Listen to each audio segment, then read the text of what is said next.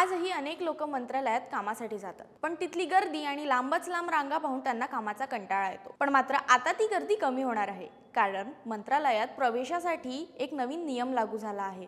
काय आहे तो नियम आणि त्याचा आपल्याला काय फायदा होणार आहे, आज हेच मी तुम्हाला सांगणार आहे।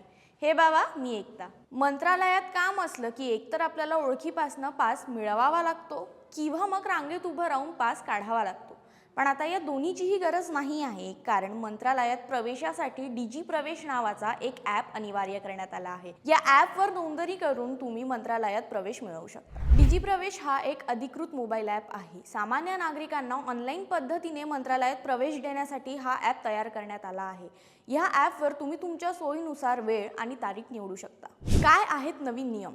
तर 15 ऑगस्ट पासून तुम्हाला ऑफलाईन पासेस देणं बंद करण्यात आले आहे। तसेच तुम्हाला ॲपवर जाऊन नोंदणी करणं आणि बुक स्लॉट करणं अनिवार्य करण्यात आलं आहे। सुरक्षा तपासणीनंतरच तुम्हाला प्रवेश मिळेल। तसेच ॲपवर नोंदणी केल्यावर बुकिंग स्क्रीन दाखवल्याशिवाय तुम्हाला प्रवेश मिळणार नाही। हे ॲप गुगल प्ले स्टोअर तसेच ॲपल ॲप स्टोअरवर देखील उपलब्ध आहे। या ॲपमुळे मंत्रालयातली गर्दी कमी होईल, नागरिकांना तासनतास वाट बघावं लागणार नाही आणि वेळेची देखील बचत होईल।